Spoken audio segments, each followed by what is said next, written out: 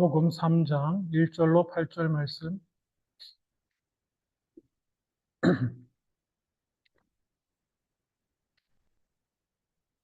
제가 가진 성경으로는 신약 성경 91페이지입니다. 누가복음 3장 1절로 8절 말씀입니다. 제가 봉독합니다. 디베르 황제가 통치한 지 15해, 곧 본디오 빌라도가 유대의 총독으로, 헤롯이 갈릴리의 분봉왕으로, 그 동생 빌립이 이두레와 드라고니 지방의 분봉왕으로, 루사니아가 아빌레네의 분봉왕으로, 안나스와 가야바가 대제사장으로 있을 때에 하나님의 말씀이 빈들에서 사가랴의 아들 요한에게 임한지라. 요한이 요단강 북은 각 처에 와서 죄 사함을 받게 하는 회개의 세례를 전파하니, 선지자 이사야의 책에 쓴 바 광야에서 외치는 자의 소리가 있어 이르되, 너희는 주의 길을 준비하라, 그의 오실 길을 곧게 하라. 모든 골짜기가 메워지고 모든 산과 작은 산이 낮아지고 굽은 것이 곧아지고 험한 길이 평탄해질 것이요 모든 육체가 하나님의 구원하심을 보리라 함과 같으니라. 요한이 세례를 받으러 나오는 무리에게 이르되, 독사의 자식들아, 누가 너희에게 일러 장차 올 진노를 피하라 하더냐. 그러므로 회개에 합당한 열매를 맺고 속으로 아브라함이 우리 조상이라 말하지 말라. 내가 너희에게 이르노니 하나님이 능히 이 돌들로도 아브라함의 자손이 되게 하시리라. 아멘. 예. 올해 대강절은 오늘부터 시작해서 12월 24일까지입니다. 이 대강절, 아까 교동문에 영어로도 나왔겠지만 어드벤트라고 하는 말은 라틴어 어드벤투스라고 하는 단어에서 온 겁니다. 이게 우리의 어감으로는 대강절 하면 기다린다라고 하는 강조점이 있다고 한다면, 이 어드벤투스라고 하는 이 단어는 오셨다, 오신다라는 거에 사실 강조점이 좀 있긴 합니다. 도착하시다, 오시다, 오셨다라는. 물론 오시기 때문에 우리 입장에서는 기다리게 되는 것이겠지만, 어쨌든 단어 자체의 강조점은 주님이 오시는 것에 있다. 기억하셔도 좋겠습니다. 제가 누누이 매년 대강절 설교 때마다 강조하는 바이지만은, 예수님의 오심은 적어도 세 가지 측면이 있습니다. 첫 번째가 무엇입니까? 예수님의 오심의 첫 번째 측면은 이 땅에 역사적으로, 물리적으로 역사적 사실로 이 땅에 오셨습니다. 아멘. 2000년 전에 역사적으로 이 땅에 오신 그 첫 번째 오심이 있습니다. 그리고 두 번째 오심은 뭡니까? 그렇게 이 땅에 오신 주님께서 믿는 자들의 마음속에 오시는 오심인 줄로 믿습니다. 또 세 번째 오심이 있습니다. 세 번째 오심은 무엇입니까? 마지막 날에 이 악한 하나님의 나라가 이루어져 가지만 여전히 악이 판을 치는 이 세상에 그 모든 것을 완성케 하시고 심판을 이루시고 완성을 이루시러 주님이 다시 오실 그 오심이 있는 줄로 믿습니다.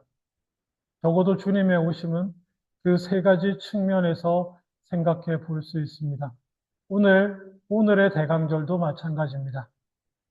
오늘 이 대강절은 어떤 오심을 기다리십니까, 여러분? 역사적인 의미도 있겠습니다. 성탄절을 앞두고 대강절을 지키는 의미는 2000년 전에 역사적으로 오셨던 주님, 그 주님을 그때 기다렸던 사람들의 마음을 좀 가져본다는 의미도 있지 않을까, 저는 그렇게 생각합니다. 구세주를 역사적으로 기다리는 그 마음, 그런 의미로 우리는 대강절을 지킬 수도 있습니다. 그리고 또 하나, 아직도 마음속에 주님이 임하시지 않은 분들에게 이 대강절은 주님이 임하시는, 주님의 그 마음에 임하시는 놀라운 기적을 경험하는 은혜의 기간이 되실 수 있기를 주님의 이름으로 축원합니다. 그리고 또 이 대강절은 무엇입니까? 이제 다시 오실 주님을 기다리는 그 기다림과도 연결되는 대강절이라고 믿습니다.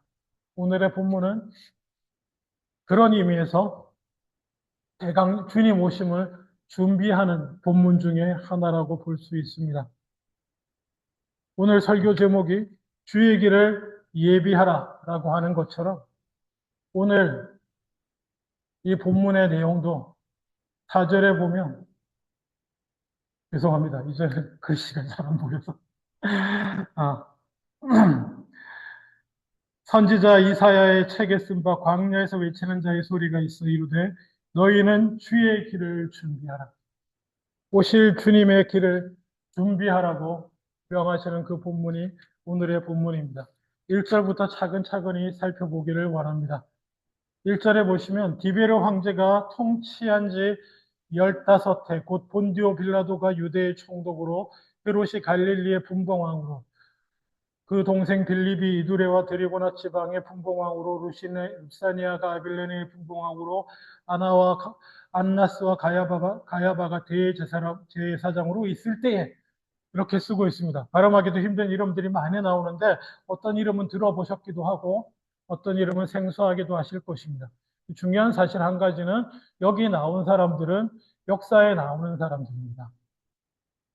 누가는 예수님에 관해서 자기가 보고 들은 것과 자기가 직접 보지 못하더라도 다른 사람을 통해 들은 것과 이런 것들을 모아서 기록을 하면서 역사적인 사실임을 분명히 하기를 원했어요.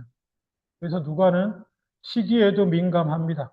디베류라고 표현되는 황제는 로마의 티베리우스 황제입니다.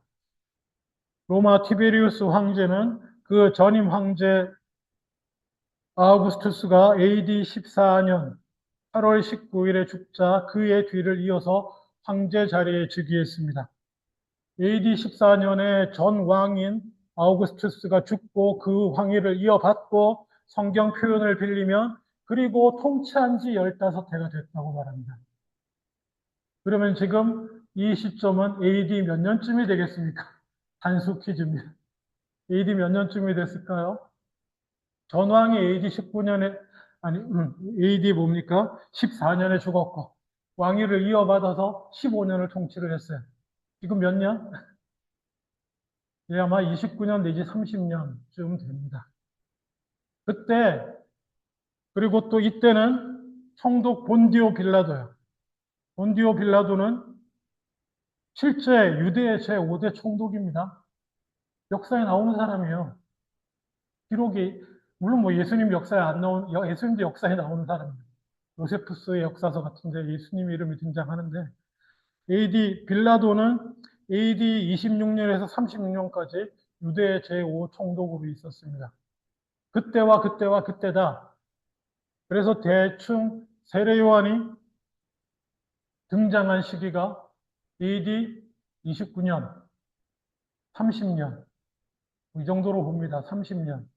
31년일 수도 있고, 여러분, 예수님께서 공생이 시작하신 게 몇 살이라고 보통 우리는 이해를 하고 얘기하고 있습니까? 예수님 공생의 시작을 몇 살로 얘기하죠? 30살이라고 얘기하지 않습니까? 성경 어디 나오나요? 예수님이 30세에 공생이 시작했다고 어디 나오나요? 나오긴 나옵니다. 오늘 읽은 누가복음 3장 뒤쪽에 보면 23절에 보면 누가가 이렇게 기록합니다. 예수께서 가르치심을 시작하실 때에 30세쯤 되시더라. 정확하게 30세란 겁니까? 아니요. 그냥 30세쯤. 우리보다 예수님의 그 생전 기억하고 가장 가까이 있는 누가조차도 예수님 나이 잘 몰라요. 아니, 성령의 역사로 기록한 성경이 30세쯤이라고 얘기하잖아요. 성령으로 하나님이 우리에게 기준점을 삼으실 기록으로 우리에게 남겨주신 성경이 그냥 30세쯤이라고 얘기하는 거예요. 그래서 29인지 28살이었는지 30이었는지 31인지 잘 모릅니다. 그냥 30세쯤. AD를 어떻게 정했겠어요? 누가의 기록을 보고 그리고 루가가, 그때가 티베르 황제가 통치하고 뭐 15년 됐고 뭐 이런 거 숫자 맞춰가지고 AD 기원도 나오고 뭐 이렇게 하는 거예요. 하여간 그런 역사적이다. 지금부터 들으는 얘기는 역사적인 얘기를 한다. 누가가 그렇게 말하는 것처럼 저도 마찬가지입니다.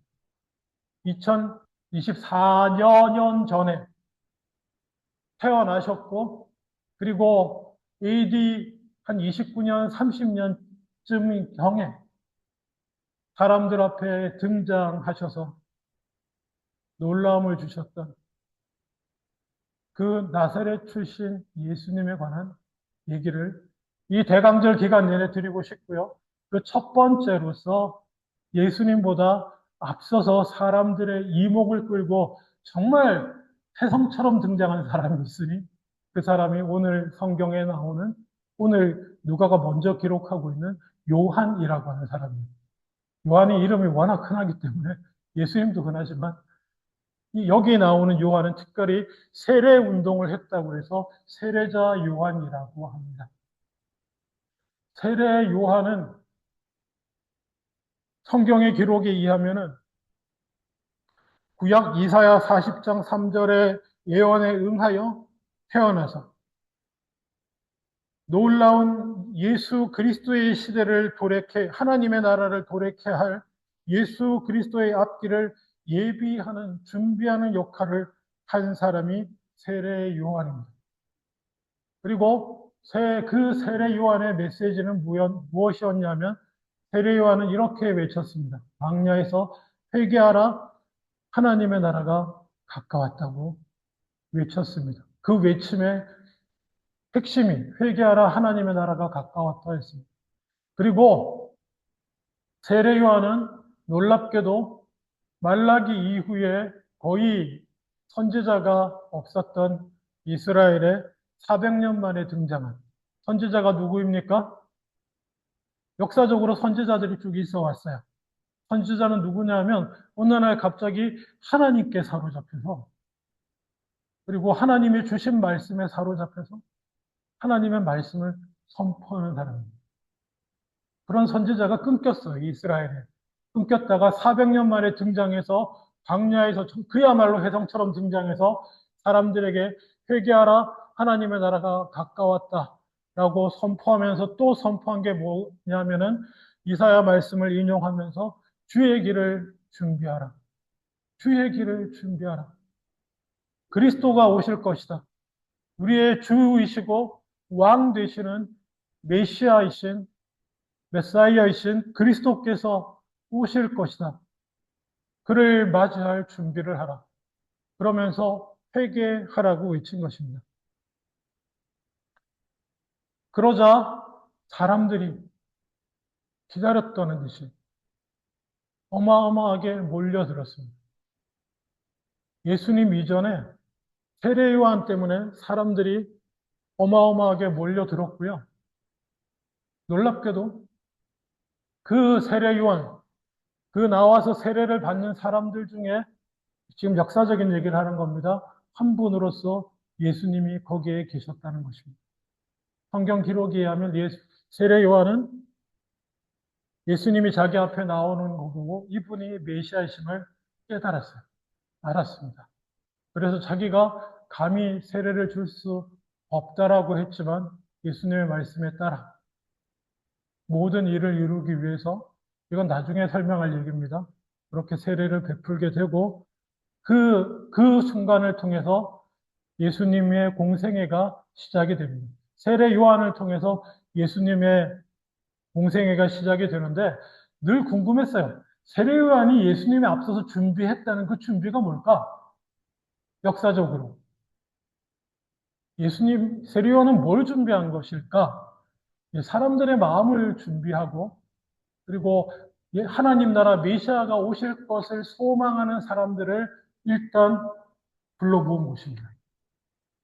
그리고 놀랍게도 세례 요한에게도 지금 계속 역사 얘기를 합니다. 세례 요한에게도 제자들이 있었고요. 언젠가 구역 모임, 그룹 모임에 잠시 언급했었는데 지금도 터키 남동쪽 지역에 가면 세례 요한을 따르는 무리들이 남아 있습니다. 소수지만. 지금 남아 있어요. 이게 무슨 얘기냐면 세례 요한도 그 당시에 얼마나 따르는 사람들이 있었고 역사적으로 그랬었는지를 반증해 주는 것일 수 있습니다. 자, 역사 얘기는 그만하죠. 어쨌든 그렇게 해서 세례 요한이 예수님의 앞에서 준비했고, 그리고 세례 요한은 자기를 먼저 따르던 사람들뿐 아니라 자기의 제자가, 세례 요한도 제자가 있었습니다. 예수님 따르던 제자가 있었듯이 복음서에 나옵니다. 세례 요한이 자기를 따르던 제자들도 다 예수님을 따라야 한다고.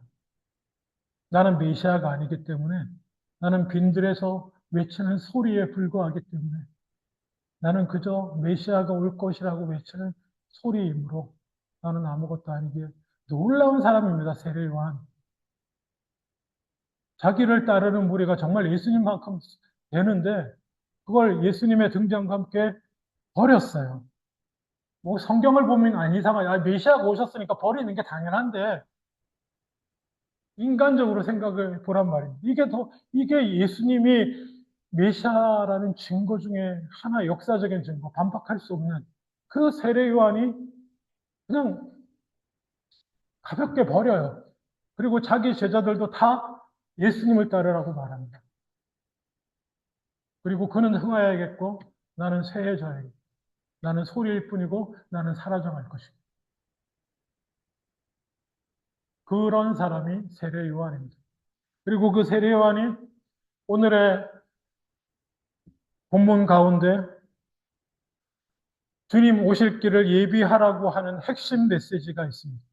그것이 뭐냐면 제가 다시 읽어드립니다. 5절입니다. 모든 골짜기가 메워지고 모든 산과 작은 산이 낮아지고 굽은 것이 곧아지고 험한 길이 평탄하여질 것이요. 주님이 오실 길을 예비하는데 주님이 오신 그 길이 예비되는 모습이 어떻게 되는 것인가? 골짜기가 메워지고 모든 산들, 큰 산이나 작은 산이나 높아진 것들은 낮아지고 하여서 깊이 파인 골짜기들은 메꿔지고 부러진 것들은 곧아지고 길에 험한 길들은 다니기 힘들게 험하게 되어 있는 길들은 평탄하여지는 것이다라고 하는 이 네 가지 은유를 비유이자 은유입니다. 은유를 통해서 주의 길을 예비한다는 것이 어떤 의미인지 우리 모두에게 그때 역사적으로 임하신 주님을 기다리는 자들에게나 정확히 말하면 이 세례 요한이 선포한 것은 정확히 말하면 탄생하실 예수님을 예비하라는 것이 아니고 왕 되신 주님을 예비하라는 것입니다. 빠뜨릴 뻔했네요. 오심 가운데 또 중요한 게 하나가 뭐가 있냐면은 왕으로서 오시는 것입니다. 왜요? 예수님의 메시지가 뭡니까? 세례 요한하고 똑같아요. 회개하라 하나님의 나라가 가까웠느니라. 그리고 예수님은 그 나라의 선포자이시자 통치자이시자 주인이시자 왕입니다. 세례 요한도 뭐라고 외쳤나요? 회개하라 하나님의 나라가 가까웠느니라. 그 나라가 가까웠고 그 왕이 오실 텐데 정확히 말하면 길을 예비하는 것은 그 왕이 오실 길을 예비하는 것입니다. 왕을 맞이할 준비를 해라. 그리고 주시는 메시지가 이겁니다. 산이 낮아지고 골짜기는 메워지고 굽은 것은 곧아지고 험한 것은 평탄하여질 것이라.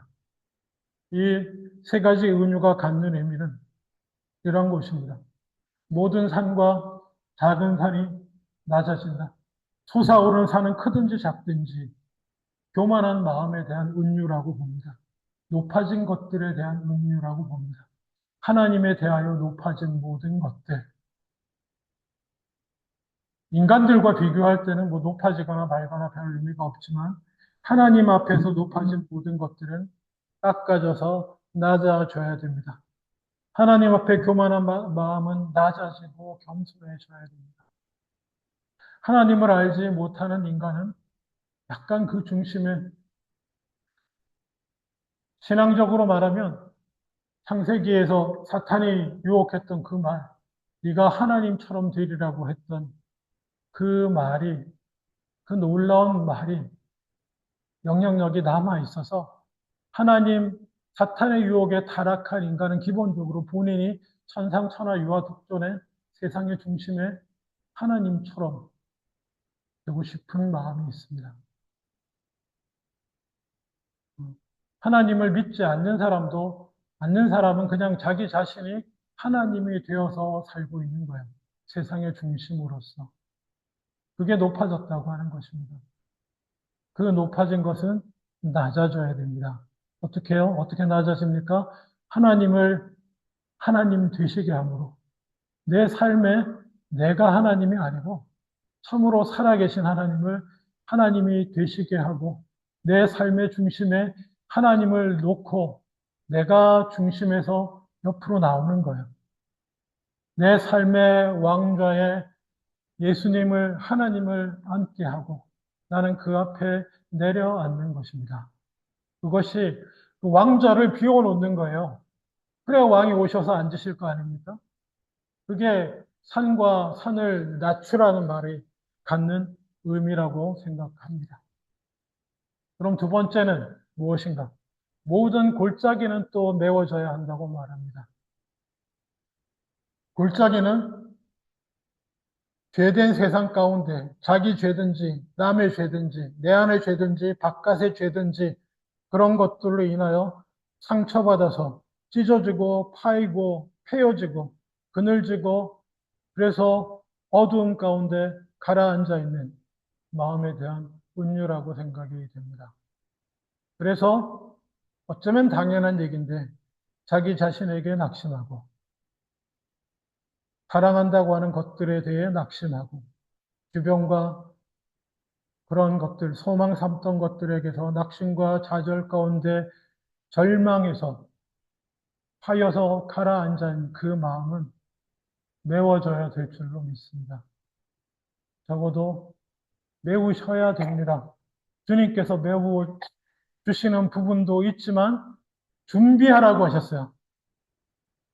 주님께서 산을 깎아 주시겠지만 우리가 준비하라고 했습니다. 우리가 깎기 시작해야 돼요. 그리고 골짜기도 뭡니까? 우리가 메우기 시작해야 되는 줄로 믿습니다.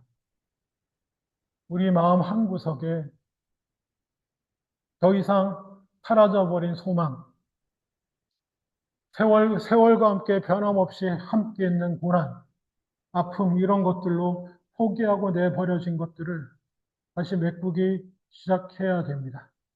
그리고 세 번째, 굽은 것이 곧아지고 굽은 것은 우리 안에 뒤틀려진 것에 대한 은유라고 생각합니다. 내 안에 굽어진 것. 우리 한국말에 딱 적당한 게 있습니다. 속이 뒤틀렸다고. 넌 이렇게 꼬여 있냐고. 딱 적당한 것이 아닌가 싶습니다. 굳은 것은 곧아져야 됩니다. 속이 꼬여 있으면 어떻습니까? 밖에서 아무리 똑바른 거를 들이대고 똑바른 걸 집어넣어도 내 속에 들어가는 순간 어떻게 돼요? 꼬입니다. 모든 것이 꼬이고 모든 것이 구부러지고 모든 것이 내 안에 들어오는 순간 그것이 아무리 똑바르고 굳은 것이라고 해도 다 뒤틀려 버립니다. 심지어 하나님의 말씀과 복음조차도 내 꼬인 속에서는 뒤틀리고 꼬이게 되는 것입니다. 그래서 굽은 곳은 펴야 되는 줄로 믿습니다. 마음속에 구부러진 것들은 곧아져야 되는 것입니다. 그리고 네 번째, 험한 길이 평탄하여질 것이다. 험한 길이란 마음속에 있는 걸림돌들에 대한 은유인 줄로 믿습니다. 여러 가지 바르게 행할 수 있는 것, 바르게 나아갈 길을 막는 내 마음 여기저기 놓여 있는 필요 없는 것들, 그건 어떤 죄일 수도 있고요. 연약함의 컴플렉스일 수도 있고요. 욕심의 컴플렉스일 수도 있고요. 죄일 수도 있고, 여기저기 걸리적거리는 것이 참 많이 있습니다. 그런 것들은 다 치워져야 됩니다. 주의 길을 예비한다는 것, 제 관한 이 네 가지 말씀은 우리가 그렇게 이해하는 것이 좋지 않겠나 싶습니다. 근데 말입니다. 길게 여러 가지로 말했지만 위에 네 가지 이 은유를 한마디로 말하면 뭘 것 같습니까? 한마디로 말하면 하나님 나라가 다가옵니다. 그 왕이 하나님의 나라를 시작하시려고 이 땅에 오시고 계십니다. 그를 맞이할 준비를 해야 됩니다. 어떡하라는 겁니까? 마태복음 3장 1절과 2절을 읽어드릴게요. 그때 세례 요한이 이르되 유대 광야에서 전파하여 말하되 회개하라. 천국이 하나님의 나라가 가까웠느니라 하였으니. 길게 여러 가지로 설명했지만 이것이 회개하는 것입니다. 주의 길을 예비하는 것, 주님의 오심을 맞이할 준비를 하는 것, 그것이 회개하는 것입니다. 역사적으로 이 땅에 공생애를 시작하시며 하나님의 나라를 시작하신 왕으로, 하나님 나라의 왕으로 이 땅에 그 사역을 시작하신 주님을 예비하기 위해서도 회개했어야 했습니다. 마찬가지로 그 주님을 우리가 믿음으로 우리 마음속에 주님으로 왕으로 받아들이기 위해서도 회개해야 되는 줄로 믿습니다. 난 이제 주님 회개하고 주님으로 받아들였고 그럼 나는 다 됐네? 아니요. 다시 오실 주님을 맞이하기 위해서도 우리는 여전히 매 순간순간 회개가 필요한 길로, 어떤 분은 신학적으로 회개는 한 번이고 그 다음은 고백, 좋아요. 단어를 뭘 갖다 쓰든지. 그 다음에 있는 거는 고백이다. 이렇게 말하는데 좋습니다. 뭘 갖다 써도 상관없어요. 저는 어쨌거나 주님 다시 오시는 그날까지 우리는 우리의 마음을 다시 오실 주님을 맞이할 만한 마음으로, 기쁨으로, 감사함으로, 기뻐 맞이할 만한 마음으로 준비해야 될 줄로 믿습니다. 높아진 것들은 깎고, 파인 골짜기는 메꾸고, 굽어진 것은 펴고, 마음속 여기저기에 걸림돌로 놓여져 있는 것들은 치우면서요. 단순히 처음 예수 믿기 위해서 준비하는 것뿐만 아니라, 다시 오실 주님을 기다리는 우리도 매일매일 특별히 이 대강절 기간 동안 우리의 마음을 그렇게 준비하고 주님 오심을 예비하고 준비하는 마음으로 살아가는 저와 여러분 다 되실 수 있기를 주님의 이름으로 축원합니다. 주의 길을 예비하는 주님 오심을 우리 왕이 오심을 준비하는 저와 여러분 다 되기를 주님의 이름으로 축원합니다. 기도하겠습니다. 아버지 하나님, 대강절을 맞이해서 오신 주님을, 오시는 주님을, 오실 주님을 준비하는, 맞이할 준비를 하며 믿음으로 살아가는 우리들 다 되게 하여 주시옵소서. 감사드리고 예수님 이름으로 기도합니다. 아멘. 다 일어나셔서 찬송하겠습니다.